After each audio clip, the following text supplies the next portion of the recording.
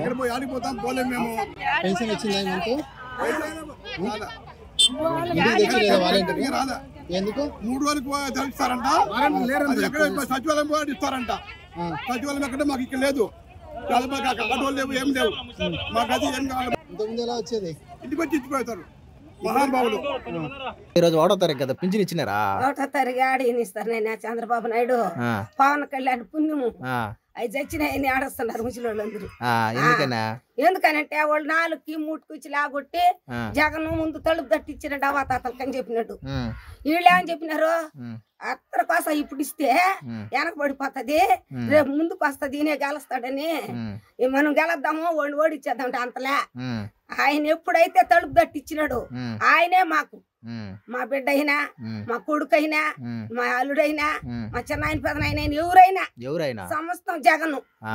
వీళ్ళు మనుషులు పీక్కు తింటారు, వాళ్ళ పెద్ద పెద్ద వాళ్ళకి సహాయం చేస్తారు, ఆయన పేదలకు సహాయం చేస్తారు. మన ఆయన లక్షణంగా 100 ఉండాలి జగన్, 100 ఉండాల జగన్. నా ఆవిసి పోసుకొని 100 చల్లగా ఉండాలి. ఆ మాట ఈ మాట చెప్పి దాన్ని కొట్టించేసినాడు. ఇప్పుడు పింఛన ఇళ్ళకి ఎత్తుకొచ్చేసింది చంద్రబాబు నాయుడు కదా. ఇంకెవరు? చంద్రబాబు నాయుడే చేసింది. చంద్రబాబు నాయుడు వస్తే వాన కురదు, పైరు పండదు. బోబాకులో మనం పోయి పెళ్ళకూరులో చెప్తూ కొట్టించుకోవాలి సందాల దాకా. నా కొడుకు వచ్చినాడు అనుకో జగన్, బంగారాల మన ఇంటికి వస్తాయి, అన్ని వస్తాయి. మంచి చేసినాడు కానీ చెడ్డ చేయలే. వాళ్ళ నాయన తరంలో నుండి కూడా బాగా మంచి మనకేం కావాలో మన ఇళ్ళకి వచ్చినాయి. 18,000 పడ్డాయి. పింఛన్ ఇచ్చినాడు. ఏదో మనకు ఇంకేమైనా కావాలి నాయన అంటే ఆమెకు కూడా ఏమైనా సహాయం చేస్తానేమో అన్నాడు. అన్నీ చేసినాడు. ఈ చంద్రబాబు నాయుడు దున్నపోతున్నట్టున్నాడు. దున్నపోతాడు లాస్ట్ లెక్క వచ్చేకాడికే ముసలి వాళ్ళు ఎట్లా నడిచిపోవాలా, ఏ బస్సుకు పోవాలి, వాళ్ళు ఏడ నుంచి రావాలా, ఈ పింఛన్ ఎట్ట తీసుకోవాలా, వాళ్ళు ముసలి వాళ్ళకి ఏమైనా కళ్ళు కనపడతాయా, వాళ్ళు ఏడపోతారు, మనమైతే పోతాం. వాళ్ళు బాగా వెళ్తారు, కళ్ళు లేని వాళ్ళు కళ్ళు లేని వాళ్ళ. అయ్యే పుణ్యమో బంగారు నాయన. ఆ నాయన గురించే ఇప్పుడు పింఛన్ కూడా లేకుండా పోయింది మనకు. వాలంటీర్ తెచ్చిస్తున్నాడు, పిలుస్తున్నాడు. ఎన్ని గంటలకి? 4కే 4కి 3కి కూడా లేకొట్టేది లేండమ్మా పింఛన్ ఇస్తామని. అయ్య మా మహానుభావుడు పుణ్యము అట్టోడు చంద్రబాబు నాయుడు అట్టోడు రానే బళ్ళే వాడికేనే వేయము. జగన్ గెలుస్తాడు ఈసారి. జగనే జగనే జగనే జగనే జగనే. ఆమెకి భూమి పొట్టేయట్లేదు కదా, కొడుకు చూస్తున్నాడా, నేనే చూస్తానా. ఆ పింఛని వస్తుంది, నెలకు పింఛని వస్తుందని ఆ పొగాకోడికి, మాటాలోడికి, కూరగాయలోడికి అన్నింటికి నేను అవి చూస్తూ ఆడిచ్చిన 3,000 రూపాయలు చాలకపోతే ఇంకా 500 600 అప్పు చేస్తున్నాడు. ఇప్పుడు పింఛని దొరకలేదు, రాసిన ఇంటికాడికి తెచ్చిస్తున్నాడా, అది బంద్ చేశారు. ఇప్పుడు పింఛని రాలేదు. మరి ఇంకా నారా లోకేష్, చంద్రబాబు నాయుడు వాళ్ళు వచ్చిస్తారా? లేకపోతే ఇప్పుడు మా ముసలి దానికి పట్టుకొని కానీ ముష్టి అడుక్కోవాలరా? అన్న కొడుకులు ఏనా కొడుకు ఈ రకం చేస్తున్నాడు. సచివాలయం చెప్పాడు చంద్రబాబు. సచివాలయంకి వెళ్ళడానికి ఇప్పుడు సచిన్ దానికి ఏమైనా ఎత్తుకొని వెళ్తాను నేనా వెళ్ళిపోతానా? అన్న కొడుకు ఏనా కొడుకు వీళ్ళందరూ ఉసురుతాయి. తాడు ఓట్లు గెలుస్తాడా? ఆడు గెలిచి బాగుపడతాడా? ఆ తగిలుతుంది ఇలాంటి వాళ్ళు ఉసురు మాత్రం. అప్పుడు 10 సంవత్సరాలు ఏర్పాటు చేశాడు ఆ చంద్రబాబు నాయుడు అన్నటప్పుడు. కానీ ఇలాంటి ఈ రకం కానీ ఇచ్చుందిగా బాగుండు. అప్పుడు ఇంకల్లా దేవత ముష్టిదా ఈ పంచాయతీకి, బగాపిండి పంచాయతీకి ఒక సిఎఫ్ ముష్టి దానికి పెట్టాడు. ఈ పెదల సొమ్ము తినుకోని అది ఇచ్చింది బియ్యం. ఏవకులు లేచి పరిగెడితే ఒక్క రోజు కానీ ఎవరితో బాగాలేదో ఒక ఊరికి వెళ్ళి ఉండిపోయి మరుసటి రోజు వెళ్తాడు ఆ బియ్యం లేవు. ఏమంటే నీ బియ్యం ఎక్కడికి వెళ్ళిపోయినాయి అనగన్నాడు. ఈ 10 సంవత్సరాలు ఏలుబడి చేసి అంత ఇచ్చాడు. ఇప్పుడు ఏదో ఈ జగన్మోహన్ రెడ్డి వచ్చినాడు, ఇస్తున్నాడు ఇంటింటికి బియ్యము పింఛని అని ఆశ పెడితే ఇది లేదు, అటు కూలికి వెళ్ళలేదు దానికి వదిలేసి ఆయన కింద సేవ చేస్తానంటే ఇప్పుడు అన్నింటికి కోసపడం. పొగాకు లేదని గొల్లు, మాత్రలు లేవని గొల్లు, ఎక్కడి నుండి నేను తెచ్చిస్తానని వదిలేసి స్కూల్కి వెళ్ళలేకపోతే నేను ఎక్కడికి వెళ్తాను రా? ఏం బాగుపడిపోతాడు రా ఓట్లేసి ఆయన కొడుకు అని ఎడుకొస్తే మొఖాన్ని ఊసేస్తాను. మేము అవుటి వాళ్ళం సార్. 1వ తేదీ 5 గంటలకే 6 గంటలకే మాకు పింఛన్ వస్తుండే. ఇప్పుడు ఈ చంద్రబాబు పాలనలో 200కు చెట్ట కాడ స్కూళ్ళ కాడ ఉండి 10 కాస్త కూడా టైం అయిపోయింది. మరాపురి టైం అయిపోయింది, 2-3 రోజులకు ఇస్తుంది. గంట కొట్టి లేపి మాకు ఇస్తున్నారు.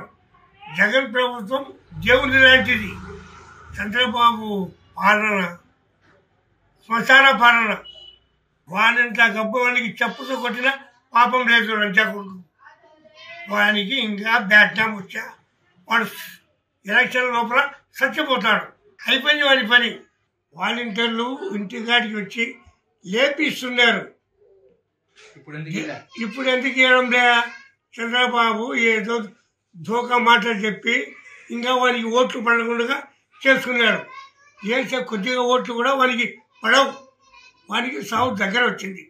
ఎన్టీ రామారావు ఉన్నంత వరకు తెలుగుదేశం పార్టీ నేను ఎన్టీ రామారావు స్నేహితుడు, నాకు 4-5 సార్లు పోయి వచ్చిన. అటువంటి పార్టీకి అతను ఉన్నంత వరకు వేసినాం. జగన్ రాజశేఖర రెడ్డి గారు వచ్చినప్పుడు ఎన్టీ రామారావుకు చంపా, లంచా కొడుకు, వెన్నపోటు వర్ష, హరికృష్ణకు, బాలకృష్ణకు అందరికీ శ్మశానంలో కట్టినాం. అట్లాంటి నా కొడుకు ఓటేస్తున్నామయ్యా. జగన్ దేవుడు, దేవునితో సమానం. మేము జగను ఇంకా 4-5 సార్లు రావాలా. 50 వరకు జగన్కు కొట్టుకునేవారే లేరు.